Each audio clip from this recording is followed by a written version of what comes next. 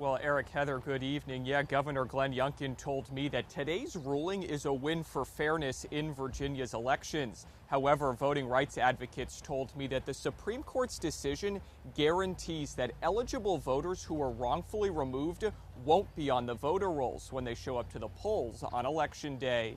Well, Eric, that's right. State Senator Louise Lucas of Portsmouth has been a very vocal opponent of this proposed arena deal ever since it was announced in December. Lucas using her power to kill several bills in the Senate, and now she's removed the arena from the state's budget, effectively ensuring it won't become a reality. Well, Eric, Deanna, good evening. Unexpected is a really good way to put it. Today, Democrats and Republicans using an unprecedented maneuver to rule every single one of Governor Glenn Youngkin's 233 budget amendments as not relevant, effectively killing the budget and allowing lawmakers to start over. Well, Eric, Heather, a very energetic crowd here at Senator Tim Kaine's watch party at the Hippodrome in Richmond. I would say the vibe is cautiously optimistic as supporters wait for more results to trickle in. I'm pleased to be joined now by Susan Swecker, chairwoman of the Democratic Party of Virginia. Susan, we're seeing the results start to come in. How are you feeling about Democrats' chances tonight?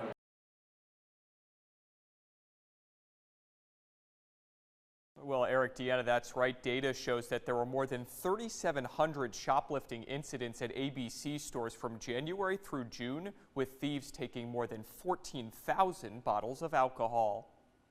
Tonight, thieves are walking out of ABC stores with your tax dollars with regularity in the Commonwealth. Data I uncovered shows that in the first 6 months of 2024, thieves stole more than 14,000 bottles of alcohol from ABC stores in Virginia, totaling more than $800,000. Total losses are up 46.5% from the same time last year. We've sent a message that low levels of shoplifting will be either accepted or ignored, and they're frankly not worth our time and energy to enforce. Barbara Stabe with the National Association for Shoplifting Prevention agrees that the shoplifting epidemic is fueled by a lack of enforcement and misconceptions. Other ideas that are out there too is that under a certain amount, it's not really a crime, and their experience tells them that. Meanwhile, some stores are getting targeted over and over again. One store in Norfolk was burglarized 113 times in these first 6 months, losing more than $15,000 worth of alcohol. Perhaps the most brazen thefts both occurred on the same day in June. At one store in McLean, thieves stole more than $9,000 worth of booze, while just about 25 miles away in a separate incident in Manassas, others stole 228 bottles of alcohol. Would we like to see the police do more, any one entity do more? No, we want to see the collective group do more, from retailers to police to the prosecutors to the judges and to the probation officers. So there's a whole, again, it takes a community, applies here. And now we requested an interview with representatives from ABC for this story, but nobody was made available. In a statement, they said, quote, Virginia ABC is continually reviewing and implementing changes at its retail stores to better deter and detect theft. Well, Eric, Deanna, after leaving the public waiting, the Senate Finance and Appropriations Committee started its meeting an hour and a half late, only for the committee's Democratic chair to tell the public the committee wouldn't be taking up any bills, leaving military families feeling tricked. I'm really mad. I'm livid. It's ridiculous. Tonight, tensions boiling over after the Democratic-controlled Virginia State Senate failed to take any action on bills to repeal recently made changes to the Virginia Military Survivors and Dependents Education Program. We wasted a bunch of taxpayer money coming down here with our thumbs up our butt, getting nothing done. Despite support from Republicans and even some in her own party, Senate Finance and Appropriations Committee Chair Louise Lucas decided there would be no debate on repealing language, making the program that waives college tuition for the kids and spouses of qualified disabled military veterans harder for families to access. I took a day out of my life. I took a day out of my child's life to be here, as did many of my friends, as did a lot of our supporters. And to be shuttled back and forth and, oh, it's not going to be heard, and it's ridiculous. It's just ridiculous. Lucas telling reporters the bills didn't get heard because there was still more work to be done on them, even though a bipartisan majority of senators supported fully repealing the recent changes. What's the message to the families that were here today who didn't think that they got a fair hearing? Well, we want to make sure that they do get a hearing. We want them to know that we've been listening to them all the time. I want to make sure that they understand that we are going to work as hard as we can to make sure that the program is sustainable and that they are grandfathered. Lucas instead opting to form a work group to study the program. However, military families say Lucas's actions speak louder than her words. What does it mean when you say, we'll take you standing up for us, we'll take you putting your lives on the line, we'll break your bodies, we'll harm your families, and we'll take all your sacrifices, but when it comes to stand up for you, we won't do it. And now the House of Delegates is set to return to Richmond on June 28th, where it's expected they'll vote to repeal the recent changes to the program. Now, any passed bill would then have to go back to the Senate, where it could face the same hurdles the full repeal faced yesterday. Live in the Digital Center, Tyler Englander, 8 News. In the 12 months since the new law went into effect, the Department of Agriculture and Consumer Services says that 346 stores have been penalized for not following the new regulations to the tune of more than $10 million. It's a public safety issue. It's not something that, is, just for folks to make money. This is literally public safety that we need to address. Tonight, new data shows many businesses are not complying with the 2023 law regulating the sale of edible hemp products in Virginia. 82% of the businesses that were inspected received some sort of fine, some of them well into the thousands of dollars, for selling all sorts of products that are clearly illegal under the statute. Last year, the General Assembly passed a law restricting the amount of THC, the intoxicating ingredient in marijuana, allowed in products for sale in Virginia.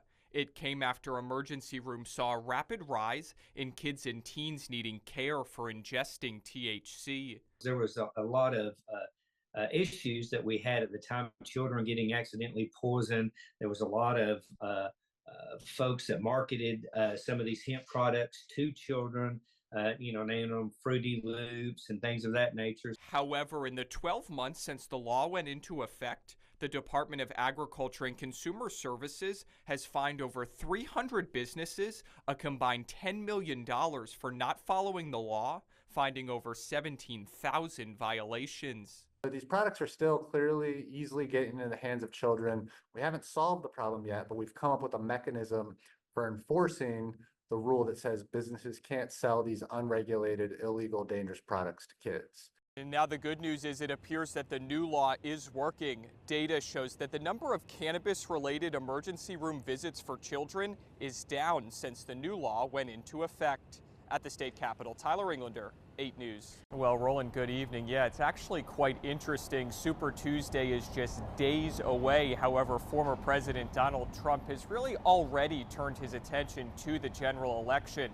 Trump attacking President Joe Biden often tonight throughout his speech, even at one point calling him a, quote, stupid fool, and saying Election Day in November will be the most important day in American history. We will make America great again. Thank you, Virginia. God bless you. Trump is going to be the only man that's going to be able to save America after what's going on in our country. With Super Tuesday just days away, former President Donald Trump made a campaign stop in Richmond today as he looks to strengthen his grip on the Republican nomination for president. With your help, we will win big on Super Tuesday, and this November, Virginia is going to tell crooked Joe Biden, you're fired, you're fired, get out of here. Trump telling voters his top priority if elected will be securing the southern border, something Woodbridge resident Scott Knuth says is his top concern. We have no idea who's in our country. We have no idea.